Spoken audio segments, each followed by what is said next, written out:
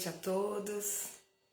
Sejam bem-vindos à página do Facebook da Casa Espírita Maria de Nazaré, da cidade de Poá, São Paulo. Meu nome é Vânia e é uma grande alegria, mais uma vez, estarmos juntos para tratarmos das atividades desenvolvidas em nossa casa.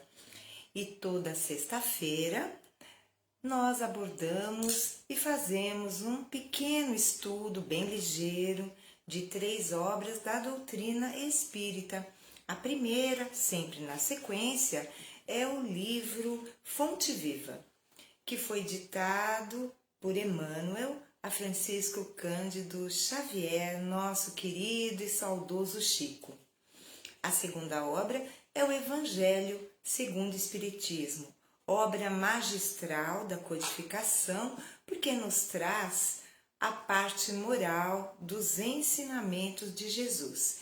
E por fim, nós temos uma questão ligada ao Livro dos Espíritos. Lembro que o Livro dos Espíritos é a obra que deu origem ao Pentateuco Espírita, ela é a primeira, e dela derivam todas as demais. E quais seriam as outras? Além do Livro dos Espíritos, nós temos o Evangelho, nós temos o Livro dos Médiuns, Céu e Inferno e a Gênese. São 5 livros que formam, portanto, o Pentateuco Espírita. E as obras que foram psicografadas por Chico Xavier, elas complementam de forma radiante toda a obra, a obra espírita. Meus amigos, antes de iniciarmos, eu quero convidá-los para que juntos possamos fazer a prece de abertura. Para isso, alegremos a nossa mente, o nosso coração, conectemo-nos com a equipe espiritual da Casa Espírita Maria de Nazaré. Assim, vamos fazer juntos a prece que Jesus, divino pastor de nossas almas, nos ensinou. Pai nosso, que estais nos céus, santificado seja o vosso nome. Venha a nós o vosso reino, seja feita a vossa vontade, assim na terra como no céu. O pão nosso de cada dia nos dai hoje, perdoai as nossas ofensas, assim como nós perdoamos a quem nos tem ofendido. Não nos deixeis cair em tentação, mas livra-nos, Senhor, de todo mal. Que assim seja, e assim será. Graças a Deus e graças a Jesus. Vamos então estudarmos na sequência um tema, uma lição do livro Fonte Viva. A lição escolhida para hoje é a de número 69 e tem por título Firmeza e Constância. E a mensagem sempre começa por versículos, e no caso é de Paulo. Então vamos lá.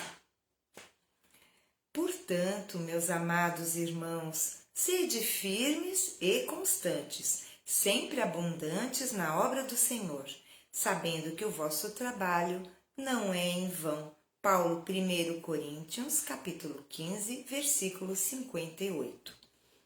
Muita gente acredita que abraçar a fé será confiar-se ao êxtase improdutivo.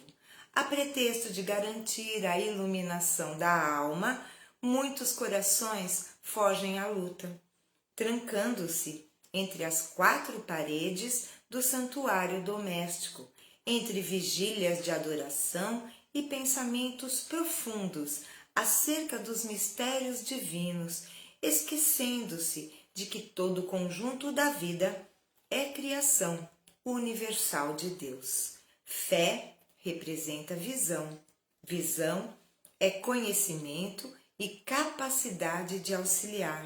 Quem penetrou a terra espiritual da verdade encontrou o trabalho por graça maior. O Senhor e os discípulos não viveram apenas na contemplação. Oravam sim, porque ninguém pode sustentar-se sem o banho interior do silêncio, restaurando as próprias forças nas correntes superiores de energia sublime que fluem dos mananciais celestes. A prece e a reflexão constituem o lubrificante sutil em nossa máquina de experiências cotidianas.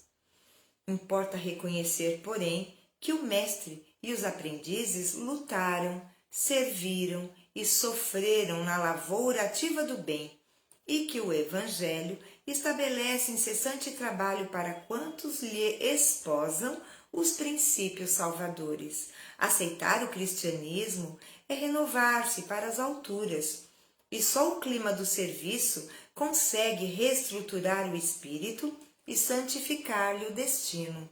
Paulo de Tarso, invariavelmente peremptório, ou seja, decisivo, nas advertências e avisos, escrevendo aos Coríntios, encareceu, ou seja, valorizou a necessidade de nossa firmeza e constância nas tarefas de elevação, para que sejamos abundantes em ações nobres com o Senhor. Agir ajudando, criar alegria, concórdia e esperanças, abrir novos horizontes ao conhecimento superior e melhorar a vida onde estivermos, é o apostolado de quantos se devotaram à Boa Nova. Procuremos as águas vivas da prece para lenir o coração, mas não nos esqueçamos de acionar os nossos sentimentos, raciocínios e braços no progresso e aperfeiçoamento de nós mesmos, de todos e de tudo, compreendendo que Jesus reclama obreiros diligentes, ou seja, ativos, cuidadosos, para a edificação de seu reino em toda a terra. Paulo, o grande apóstolo dos gentios, que levou a palavra de Jesus, o cristianismo, aos povos não judeus, que eram os gentios, não é? Ele nos fala da necessidade, da importância fundamental da firmeza e da constância, que são os substantivos que nós, no adjetivo, temos que ser firmes e constantes. O que quer dizer ser firme? É não esmorecer. Passamos todos nós, atualmente, por um cenário difícil. Todo o planeta Terra passa por uma pandemia, mas nós precisamos permanecer firmes. Não podemos esmorecer, não podemos ser desafiados e sermos fracassados por todas as notícias que nos cercam, pela mídia que inunda os nossos lares. Então, nós precisamos nos manter firmes. E firmes como? Na nossa fé, na certeza que o conhecimento espírita nos traz, que o planeta Terra passa por convulsões, passa por momentos de grande transição planetária e que, saindo desta transição, em alguns anos, a Terra se tornará um planeta regenerado.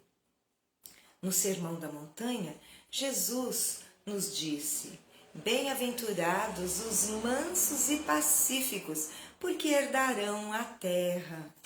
Então, para termos o direito, para sermos credenciados a permanecer e termos o direito de continuar evoluindo no planeta Terra, ainda que desencarnemos, podemos voltar para cá se tivermos a mínima possibilidade, a mínima frequência vibratória que nos possibilite aqui continuar. Então, Jesus já nos esclareceu, os mansos e pacíficos. Portanto, quem é violento, quem é agressivo, quem pratica o mal e se compraz nele, já não terá o direito de aqui continuar. Ao desencarnar, será levado para orbes, planetas, onde a frequência vibratória será condizente com alguém que vibra na frequência do mal.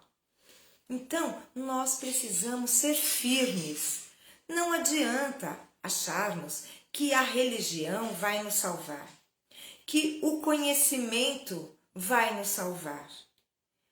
O conhecimento é importante, a fé é fundamental. Nos religarmos ao Pai, porque religião significa religar, e só se religa aquele que um dia se desligou. Então, conhecimento e religião, ou melhor, uma religiosidade, eu posso não ter religião, mas estabeleço uma conexão com o Criador. Então, a espiritualidade é importantíssima.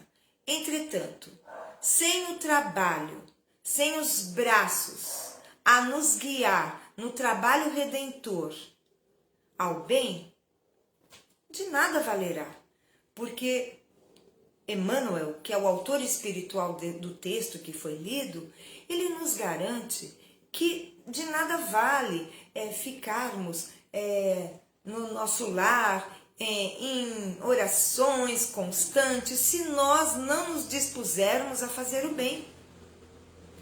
Não é o lema da doutrina espírita, fora da caridade não há salvação? Precisamos de religiosidade, de espiritualidade. Precisamos do conhecimento, porque o conhecimento nos faz discernir o bom do ruim, o certo do errado. Entretanto, sem trabalho no bem, de nada nos valerá. Então precisamos ser firmes e constantes. Porque eu sou firme hoje, amanhã não sou? Não é possível. Nós precisamos ser firmes sempre, numa constância salutar. E eu quero ressaltar um trechinho que foi lido. Olha que coisa bonita. Agir ajudando, criar alegria. Em momentos de tanta dor e de sofrimento, sejamos alguém que diz uma palavra, que faz com que a fé se infunda no coração alheio. Sigamos em frente. Deus é por nós. Se Deus é por nós, quem será contra nós? Já diz o dito, não é? Quantas vezes já não li esta frase? Se Deus é por nós, quem será contra nós? Sabe quem será contra nós? Nós mesmos. Nós mesmos é que nos prejudicamos com a falta de firmeza, com a falta de constância. Hoje acredito, amanhã não acredito mais. Hoje tenho certeza, amanhã já estou na dúvida. Não, sigamos firmes e constantes, porque Deus é por nós. Jesus nos garantiu que nenhuma de suas ovelhas se perderá do seu rebanho. Eu sempre digo e reitero neste momento, somos todos ovelhas do rebanho do Mestre Divino, Jesus. Se ele disse, e ele jamais mentiria, ele disse que nenhuma ovelha se perderá, é porque todos nós nos salvaremos de nós mesmos, todos nós um dia compreenderemos que a prática da caridade sincera, desinteressada, sem medo do castigo divino e sem esperar pela recompensa, é o único caminho para a nossa salvação. Graças a Deus. Vamos então agora para um trecho do Evangelho segundo o Espiritismo. Hoje nós abordaremos um item que é o item 16 do capítulo 8º. Qual é o tema do capítulo 8º? Bem-aventurados os puros de coração. E também são palavras de Jesus no Sermão do Monte ou no Sermão da Montanha, quando ele diz: bem-aventurados os puros de coração, porque verão a Deus. E o item que nós leremos é 16. O título da mensagem é Escândalos, cortar a mão. E o item 16 é pequenino e é nele que nós vamos nos ater hoje. Mas ai daquele por quem vem o escândalo. Quer dizer que o mal, sendo sempre o mal, aquele que serviu, sem o saber, de instrumento para a justiça divina, sendo utilizados os seus maus instintos, nem por isso deixou de fazer o mal, e deve ser punido, ou deve reparar esse mal. É assim, por exemplo, que um filho ingrato é uma punição ou uma prova para o pai que o suporta, porque esse pai talvez tenha sido um mau filho, que fez sofrer ao seu pai e agora sofre a pena de talião. Mas o filho não terá desculpas por isso e deverá ser castigado por sua vez, através dos seus próprios filhos ou de outra maneira. Nós sabemos que o mal está a serviço do bem. Então, todo o mal que nos acontece, quando alguém nos atinge com calúnias ou nos prejudica, vou dar um exemplo, você empresta dinheiro para um amigo, ele não te devolve, você fica numa situação difícil, porque aquilo era uma reserva importante para você, você emprestou na confiança de que ele fosse devolver. Então, só que aconteceu algo aí que você foi prejudicado. E nós dizemos no meio da doutrina espírita que existem aparentes injustiças, mas nunca injustiçados. Se eu emprestei o dinheiro e fui lesada, é muito provável que nesta mesma existência, ou com mais certeza em existências pretéritas, eu deva ter lesado alguém na mesma medida. Peguei emprestado, não devolvi, furtei, roubei. Então, nós sabemos. Mas o ponto é o seguinte: eu emprestei um dinheiro para um amigo que não me devolveu. Este amigo serviu sem eu saber, porque ele não me devolveu, sabe-se lá o motivo, né? Mas ele serviu para a justiça divina como instrumento para que eu passasse por aquela situação.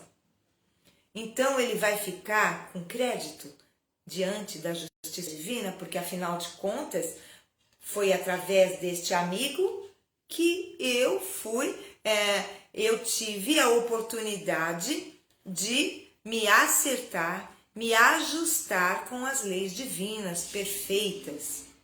Não, ele não tem crédito porque ele praticou o mal.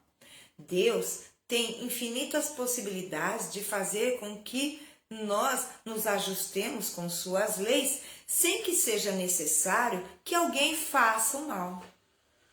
Se eu preciso ter uma morte violenta, está no meu programa reencarnatório, não será necessário que alguém me dê um tiro, não será necessário que alguém me atropele, eu vou morrer de toda maneira, posso sofrer um acidente que eu não teria a menor condição de me defender, acontece uma tragédia e eu acabo desencarnando. Então, Deus tem infinitas possibilidades de que a sua justiça seja cumprida.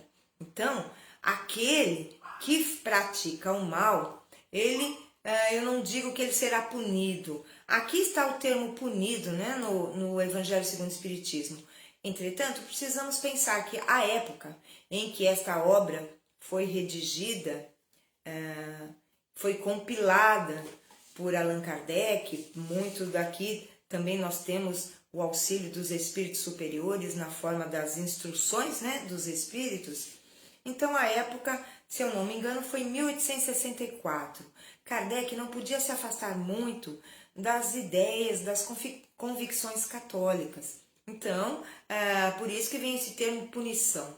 Mas, na realidade, Deus não pune, Deus não castiga. Deus nos oferece oportunidades de redenção.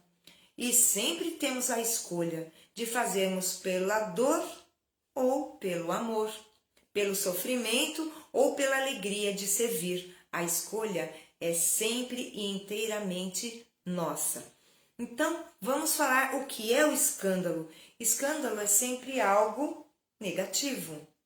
não é? Um crime sempre choca a opinião pública, então escândalo é tudo aquilo que realmente choca a sensibilidade humana, devido à maldade, à crueldade ou à negligência, enfim, isso é um escândalo. E Jesus diz assim: mas ai daquele por quem vem o escândalo, ou seja, ele nos adverte que o mal é sempre o mal.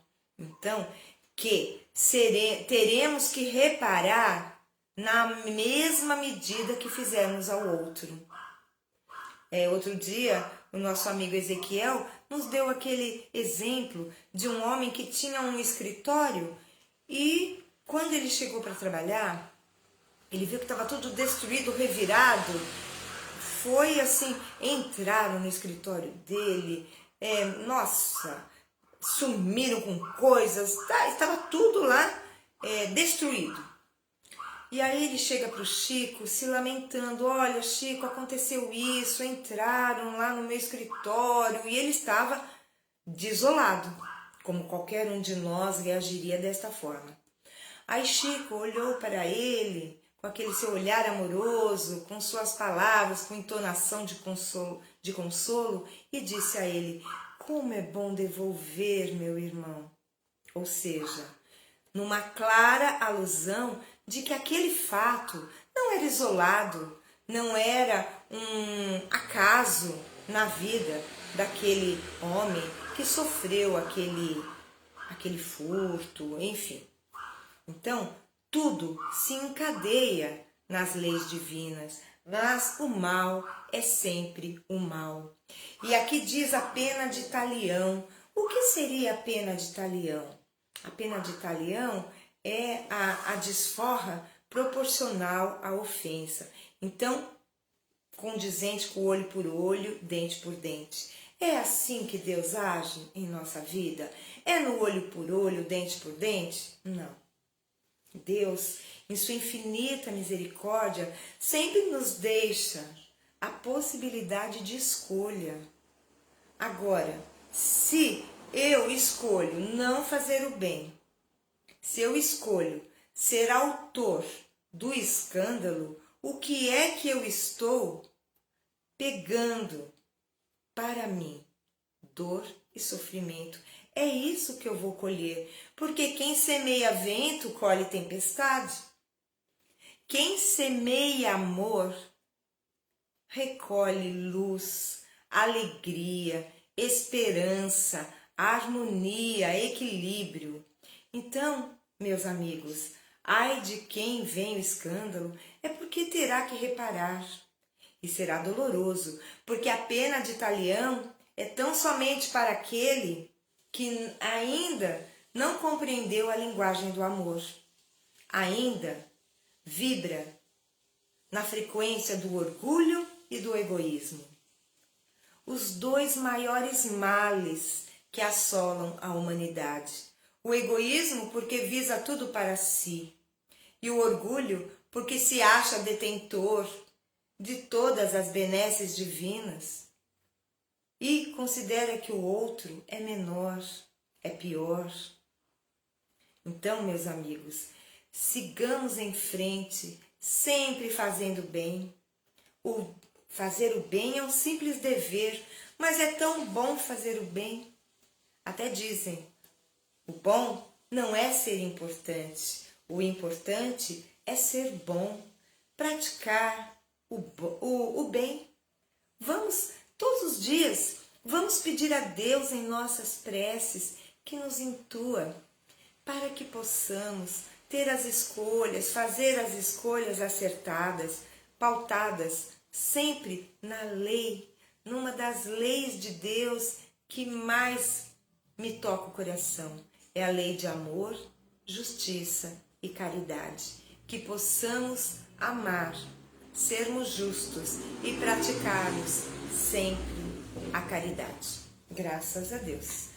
Amigos queridos, resta-nos agora abordar uma questão do Livro dos Espíritos. Nós estamos na questão de número 588. Essa questão, ela está no capítulo 11º de O Livro dos Espíritos, onde se fala dos 3 reinos. Está falando dos 3 reinos da natureza, e eu volto a dizer que para a doutrina espírita, esses reinos mais simplistas, né, reino mineral, vegetal e animal, nós seríamos enquadrados num 4º reino, o reino hominal ou reino humano. E este capítulo fala especificamente dos minerais e das plantas. E a questão de número 588 diz o seguinte: a força que atrai as plantas umas para as outras é independente da sua vontade? Ou seja, as plantas se atraem? Sim, as plantas se atraem. É a pergunta que Kardec faz aos espíritos superiores. E eles dizem sim, há uma força que atrai as plantas. Sim, há essa força, pois elas não pensam, então é independente da vontade delas. Elas se atraem não porque elas queiram. Por exemplo, entre nós seres humanos, como que as pessoas se atraem? Por similaridade de ideias, de sentimentos, de frequência vibratória. Então, por isso que nós escolhemos os nossos amigos. Nós queremos ficar juntos de nossos amigos, coisa que hoje, por conta da pandemia, que exige um distanciamento social, nós não podemos ficar juntos fisicamente, mas estamos ligados pelos fios do coração, não é verdade? Então, as plantas se atraem. Vamos ver o que os espíritos superiores respondem. Então, é independente da sua vontade? Sim, pois elas não pensam. É uma força mecânica da matéria que age na matéria. Elas não poderiam opor-se. Então, vamos lá. Será que as plantas se atraem assim como os seres humanos se atraem? Os animais se atraem para se acasalar, para ficarem juntos, não é? Será que isso também acontece no reino vegetal? Mira mesmo, espírito evoluidíssimo, ele nos fala que as plantas, elas exercem uma mútua atração, porque a matéria atrai a matéria na razão da distância que pode atingir. Então, quanto mais próximas elas estiverem, mais elas vão se atrair. Elas se reúnem com muito mais propriedade, com muito mais brilho nas matas, nas selvas. A gente já se perguntou, mas as matas virgens em que o homem nunca pôde penetrar, quem plantou? Não foi a mão do homem que plantou. Então, foi a natureza, Deus em sua infinita sabedoria, fez com que aquelas plantas se atraíssem. E Miramês vai adiante e diz, olha que coisa bonita que ele fala, que elas se reúnem nas matas, nas selvas, por lei de afinidade e de harmonia. E se os homens pudessem ver como elas se entrelaçam pelas raízes, pela força dessa atração, como se fosse a fraternidade atingindo esse reino. Olha que coisa linda! Então as raízes das plantas se entrelaçam como se fosse um grande abraço amoroso da criação divina. Então, existe sim uma força de atração entre as plantas, assim como há entre os animais, assim como há entre nós, seres humanos, que nos buscamos, porque a vida sem amizade, ela é estéril. A vida sem amizade seria impossível. Então, Deus, na sua misericórdia celestial, nos envia os amigos para que possamos caminhar pela jornada terrena de forma mais branda, mais amena e mais feliz. Queridos amigos, eram essas, melhor dizendo, as considerações a respeito do estudo singelo dessas 3 obras espíritas. É o que é possível fazer dentro de um tempo, de 30 minutos. Fazemos, dentro do que nos compete, podemos passar para cada um de vocês com muito carinho, respeito e amor. Queridos amigos, vamos então encerrando a nossa live de hoje com uma prece a Maria, Mãe de Jesus, nossa Mãe espiritual, nossa Mãe Santíssima, a quem tanto devemos, afinal de contas, ela nos trouxe Jesus, a luz. Ave Maria, cheia de graça, o Senhor é convosco. Bendita sois entre as mulheres, bendito é o fruto do vosso ventre, Jesus.